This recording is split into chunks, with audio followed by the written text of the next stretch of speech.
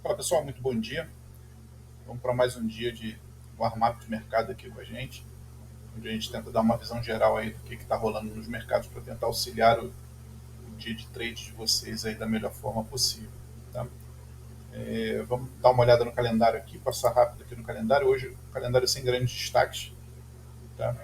Não tem nenhum item aqui que possa gerar preocupação. Eu acho que todo mundo está muito mais preocupado com as declarações e as medidas que o Trump está tomando aí já nos primeiros dias de governo, do que com qualquer outra coisa que possa estar acontecendo por aí. A gente já viu o impacto disso acontecendo nos índices asiáticos, tá? Principalmente relacionados à China, que vem tendo um desempenho crítico aí, né, em baixa. Tá? O próprio índice de Hong Kong, o HK, ele teve um dia aí, agora vai andando aqui meio de lado, mas ontem, né, no seu horário tradicional aqui de abertura às 10h30, ele trabalhou aqui numa queda, depois deu uma lateralizada, agora vai tentando retomar aí sua vida normal, mas a expectativa é que a gente possa ver o Trump taxando produtos chineses aí, e isso vai impactar nos mercados por lá. Tá? Uma notícia que eu acho que hoje vale a pena destacar, a gente não deve operar notícia, e isso é algo que eu sempre tenho como princípio, mas ontem, à tarde, saiu essa, saiu essa notícia aqui, tá? De que o Trump botou um plano aí de investir 500 bilhões em IA, isso impactando diretamente ações da Oracle, do SoftBank, tá? Que é um grupo japonês, NVIDIA, e vai puxando as ações, né, todos os ativos do setor de tecnologia. Então, esse quadro aqui do Newsflow do TradingView é bem legal para a gente visualizar o que está rolando.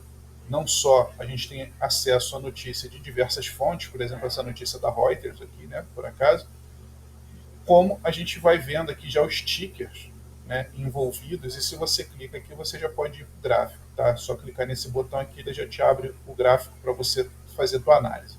Então, eu gosto muito dessa visualização aqui do Newsflow, tá? E onde a gente pode ficar vendo aqui ó, o que está acontecendo agora, ó, vai saindo aqui, ó, bem atualizado, ó, 1 minuto, já tem notícia aqui, tá vendo? Então, acho que vale sempre a pena estar dando uma olhada. Eu deixo uma aba aqui, ó, no meu aplicativo, e volta e meio vem aqui dar uma olhada. Tá? O dólar, tá? O SDX, né? A gente sempre olha o índice, né, do dólar. O dólar hoje segue fraco, tá? Perante outras moedas, tá?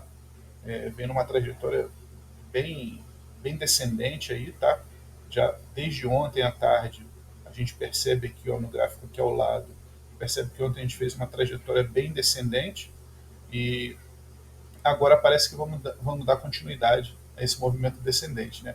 O que, obviamente, que a gente sabe que um dólar fraco, para quem opera Forex, todos os pares relacionados com o dólar vão estar operando na outra ponta, vão estar operando na alta.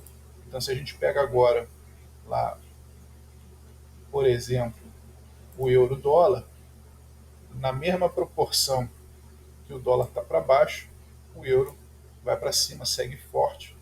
Tá? Nessa manhã aí segue forte. A gente teve uma quebra de um topo anterior, teve já duas quebras aqui só no dia de hoje. A gente quebrou esse topo anterior, quebrou essa alta aqui, tá? Que era um último topo, e a gente vai subindo. Né? Olhando no macro, quando eu digo macro, estou me referindo ao macro para day trade, tá? Que eu venho normalmente até os 60 minutos para olhar para day trade. Tá? 60 minutos vai dando compra para a gente, tá? Com as duas médias aqui que eu gosto de trabalhar, que são a 8 e a 80, alinhadas em posição de compra. Elas começam a ficar um pouco afastadas aqui nos 60 minutos, o que nos sugere que, obviamente, que em algum momento elas vão voltar a se juntar. Né?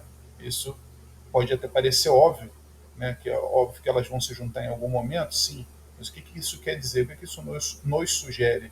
Tá? Por eu estar numa região de topo do euro aqui, ó, que a gente pode ver que a gente está numa região de topo anterior, no gráfico macro, aí, nos 60 minutos, a gente pode, nos próximos períodos, ter uma lateralização, tá? Para que essa média de 80 venha a chegar aqui perto do preço.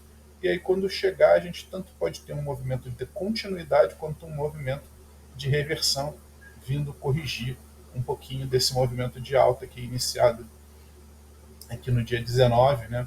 A gente vê que o último fundinho aqui importante foi marcado no dia 19, a gente rompeu as médias e vem subindo desde então.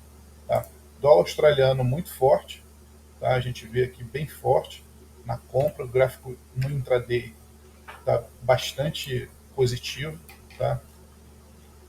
A gente vê que está bastante positivo, médias bem inclinadas aqui, sugerindo compra forte, tá? Porém, cuidado que os 5 minutos já está chegando, já está há um bom tempo aqui numa região de sobrecompra, né? Trabalhou na sobrecompra. Isso é uma característica do estocástico, tá, pessoal? Quem usa, quando a tendência está muito forte, tá?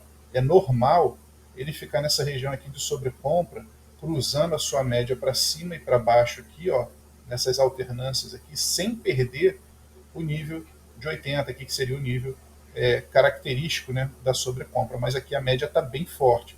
Essa média aqui que a gente está vendo é a média de 20 períodos, então eu não preciso nem botar no gráfico, mas eu vou colocar, eu não preciso nem botar no gráfico para dizer que quem conduziu essa pernada aqui foi a média de 8. Tá? Agora, se quiser ver para crer, a gente vem aqui e eu vou colocar essa média aqui, ó, que é a média de 8. Tá? Quem veio conduzindo o movimento? A média de 8.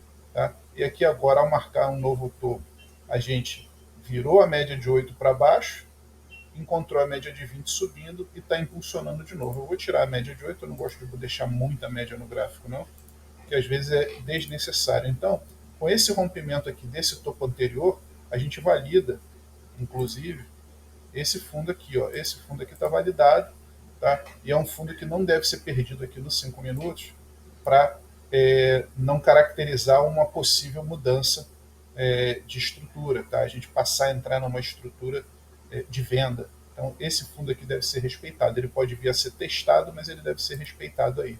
Tá? Isso para o dólar australiano. O euro já vi aqui, a gente já viu que o euro está bem forte também. Tá? O SDJPY, tá?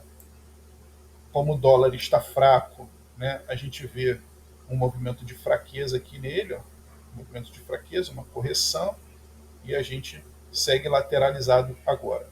Preciso nem botar o FIBO aqui para saber de vocês que ponto é esse, né? Vamos botar? O que seria isso? Eu tenho um topo e eu tenho um fundo. Parece mágica, olha aqui, os 50%, olha onde ele voltou. Tá? Então, mais uma vez aí o FIBO fazendo o seu trabalho, tá? A gente chega a acreditar que os traders realmente cada vez estão mais, né, sujeitos aí ao uso do nosso amigo Fibonacci. Ao JPY, que costuma indicar, depois eu posso explicar melhor isso para vocês, mas o áudio JPY, por uma questão aí de taxa de juros, ele costuma indicar um pouquinho, né, servir um pouquinho de termômetro para o quanto está o apetite de tomada de risco no mercado. Tá? Ele denuncia isso um pouquinho por conta de diferença de taxa de juros entre o dólar australiano e o ien japonês. Então é comum a gente ver esse movimento de alta quando o mercado está com um apetite maior em tomada de risco, tá? Nesse par, no áudio JPY. Então a gente vê que ele está em alto, ó, o dólar australiano vai bem forte, tá? E isso pode estar significando realmente uma situação de tomada de risco aí nos mercados e favorecimento aí dos nossos índices, acho que principalmente os índices americanos, a gente vai ver eles navegando aí num céu de brigadeiro. Tá? Então, o USD sobre o dólar canadense, dólar sobre o dólar canadense, a gente vê uma trajetória de queda, a gente pode até traçar uma linha de tendência aqui que já está bem clara, ó. A gente pode pegar aqui, ó, mais ou menos uma linhazinha aqui que pode vir a ser respeitada caso venha a ser testada, deixar aí só como referência, né? Lembrando que, obviamente, que, né, esses desenhos todos aqui são apenas referências que a gente toma, mas que às vezes são bastante respeitados aí pelo preço. Tá? Então, principais pares aí a gente já cobriu legal. O petróleo hoje, né, no intraday, vem subindo bem, bem consistentemente. Tá? Essa linha branca aqui é uma linha de tendência que vem lá de trás. A gente coloca aqui o gráfico de 60 minutos, a gente vê que é uma linha de tendência que vem lá de trás. Ó. Olha aqui, ela vem lá do último topo e ela vinha sendo respeitada durante todo esse movimento aqui de baixa. Tá? Todo esse movimento de baixa. A gente vê que aonde a gente marcou mínima nos 60 minutos foi uma região de rejeição anterior. Por que rejeição? Tá? Olha o tamanho do pavio desse candle. Tá? Eu fiz um, um, um candle fortíssimo aqui de venda. Tá? A gente perde a mínima do candle e volta para cima, deixando esse pavio aqui, que é uma pressão compradora forte, e a gente depois vai romper esse candle vendedor para marcar um novo topo. Tá? Então, uma região de forte rejeição, entrada de muito comprador, e a gente vê que essa região aqui, ó, é uma região, tá? Não é uma linha, tá? Não é, as coisas não são tão precisas assim, mas a gente vê que essa região chegou a ser quase testada aqui, né? E foi rejeitada, desencadeando em quê? Num topo maior já, tá? Um topo maior e o rompimento dessa linha de tendência de baixa que a gente vinha respeitando. O que a gente tem de problema? Tem a média de 80 aqui nos 60 minutos para romper, tá? Uma vez rompido, pode alavancar esse petróleo lá para cima, tá? No gráfico intraday, como já tinha falado, a gente segue bem forte, já com as médias bem alinhadas, tá? Em compra. Então, por enquanto, no intraday é compra, só tomar cuidado que estamos em região de sobrecompra. Tá? Então, é aquela história. O bom de usar oscilador, tá, pessoal, é isso. Quando você tem um oscilador, você chega numa região de sobrecompra e você tem que analisar se esse movimento já não está, o quanto esse movimento não está esticado já demais, que mereça fazer uma correção para você não entrar comprando um topo. Tá? Então, a grande vantagem de quem usa oscilador é tentar evitar comprar topo, tá? Ou vender fundo. Tá? Da mesma forma, em sentido contrário. O ouro também no intraday vai trabalhando majoritariamente em alta, tá? Porém já entrou numa região aqui nos 5 minutos, uma região que a gente considera a região de armadilha, que eu estou entre as médias curtas e longas, já com uma quebra de mínima anterior que estava validada, porque já havia sido rompida. Então, tudo indica um movimento corretivo aqui no ouro, pelo menos no gráfico de 5 minutos. O detalhe é que a gente já entrou em zona de sobrevenda. Tá? Então pode ser que esse movimento não prospere muito. Olhando o macro, a gente segue comprado no ouro, tá? Com as suas médias bem alinhadas. Porém, mesmo no 60, a gente vê que a gente já está em região de sobrecompra, sugerindo que a qualquer momento a gente possa ter uma correção aqui no ouro. Por quê? Porque as médias realmente já se afastaram demais.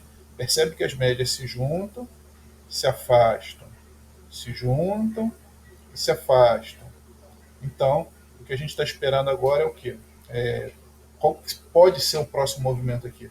A gente observar essas médias se juntarem para depois, de alguma forma, se afastarem novamente, seja na continuidade desse movimento de alta, ou seja numa reversão, e aí causando um cruzamento da média curta pela média longa e elas se afastando também num movimento de queda. Tá? As criptos hoje vão sofrendo um pouquinho aí, né? Pelo menos nesse começo de manhã. Porém, o que é importante a gente observar é que o cap de mercado, né, o total de mercado, o valor alocado no mercado, não vem sofrendo uma queda tão drástica assim. A gente chegou a marcar 3,61 trilhões, tá? No dia de ontem, tá? E estamos rumo aí a buscar essa região aqui do dia 20, que é uma região de 3,66, tá? Pode ser que aconteça.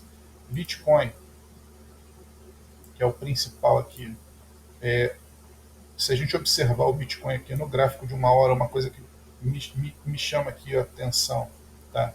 É que a gente tem aqui um fundo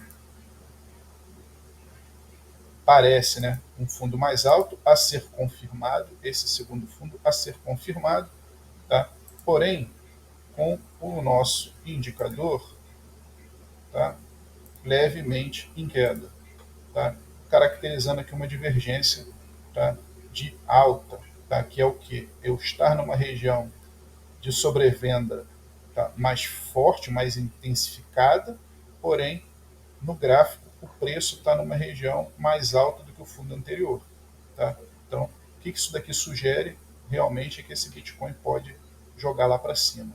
Tá? Não é recomendação, mas é só uma contextualização do que a gente está vendo aqui entre movimento de preço, tá, e indicadores. Tá? Passando rapidamente aqui para o nosso S&P, a gente já tinha o gráfico de uma hora, segue comprado, tá? Então a gente deve pensar no S&P em fazer o que hoje? Fazer compras, tá? Cuidado, que ó, vou voltar lá. Cuidado com o S&P, que a gente está em região de sobrecompra, tá? Porém, pelas médias móveis, a gente ainda tem tanto, né? A gente ainda tem tanto um bom espaço aqui para fazer uma correção até a média de 8, o que para os mais propensos a tomar risco, né, pode significar uma boa oportunidade de venda em tempos gráficos menores, tá? Mas também nos sugere que esse preço vindo voltar a testar essa média de 8, ele vai retomar a sua trajetória de alta até que prove o contrário. Tá? A gente teria que perder uma mínima importante aqui já rompida, que no caso dos 60 minutos seria mais ou menos essa região aqui. Tá? Mais ou menos essa região aqui, que é uma região de alta da última semana, a máxima da última semana. Tá? A gente poderia perder aqui também a máxima de ontem, que está aqui, que também é um ponto importante. Essa máxima de ontem sendo perdida também poderia desencadear um movimento corretivo. No intraday, a gente vai para os 5 minutos, a gente percebe que a gente tem ainda médias bem alinhadas, tá? Médias bem alinhadas, nos sugerindo continuidade. Porém, repara que aqui a gente já está também, tá, numa região de sobrecompra, tá, nos sugerindo uma possível correção aqui e o retorno, né, do movimento, continuidade do movimento, até porque o 15 minutos também segue, ó, com as suas duas médias alinhadas em posição de compra, porém o nosso oscilador também já mostra uma região de sobrecompra, tá, sugerindo que estamos numa região de topo. Tá? Então, o que pode acontecer hoje aí ao longo do dia? Uma correção para depois a gente retomar o movimento. Tá legal? Isso daí vai estar refletido praticamente de maneira análoga aqui no Nasdaq, tá? Visto que os dois andam de maneira bem parecida. Tá? E para não perder aqui, vamos olhar rapidinho o nosso GR40, né? O índice alemão. A gente vê que ele vai subindo bem hoje, movimento bonito, fez um movimento bonito aqui de breakout aqui às 5 da manhã, logo próximo da abertura, e segue numa posição de compra que deu uma compraça aqui, tá? Pode olhar aqui pelo 5, ó, que ficou lateral aqui a madrugada inteira, ó, lateral, lateral, lateral, faz um baita de um candle comprador com volume, tá? Com volume, rompe uma região de topo anterior e foi embora. Tá? Foi embora. Quem pegou essa compra aqui, parabéns, já está botando lucro no bolso. E se quiser deixar um pedacinho aqui da posição para surfar aí, às vezes, posições maiores. Tá? Bom, pessoal, só dar uma olhada aqui rapidamente, ainda está um pouquinho longe da abertura, isso aqui é mais válido olhar quando a gente chega mais perto da abertura, mas a gente percebe que majoritariamente a gente tem um pré-market aí comprador, tá? Um pré-market de alta, com alguns destaques aí para as empresas de tecnologia, como já havia comentado. Então, é isso aí. Por hoje a gente fica por aqui, tá? Amanhã a gente volta para bater o nosso papo aqui e mostrar os detalhes aí do mercado para tentar ajudar vocês nos seus trades. Beleza? Muito bom dia a todos aí, bons trades e até a próxima.